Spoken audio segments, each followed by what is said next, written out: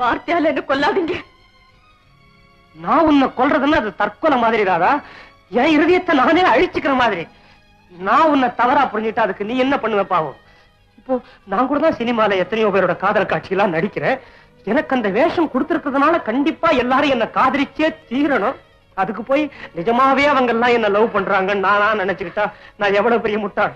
அது என் சொந்த வாழ்க்கையிலே நிரூபிச்சிட்டேன் பாத்தியா? உங்க ஏமாற்றத்திற்கு நான் தான் காரணம். இதை நீங்க மறந்துடணும். நிச்சயமா மறந்துடுவீங்க, எனக்கு நல்லா தெரியும். இது எப்படி தெரியுமா இருக்கு?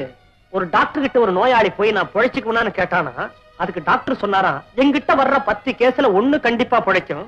ஏற்கனவே 9 பேர் செத்தாச்சு, நீ 10வது ஆசாமி, அதனால பிழைச்சுக்குவே அப்படின்னு ஆறுதல் சொல்ற மாதிரி இருக்குல்ல. ராதா, நான் ஒரு முடிவுக்கு வந்திருக்கிறேன். உன்னை மறந்துறதா நான் முடிவு பண்ணிட்டேன். இன்னொரு பயங்கர முடிவு ராதா. ஏன் இப்படி எல்லாம் பேசுறீங்க?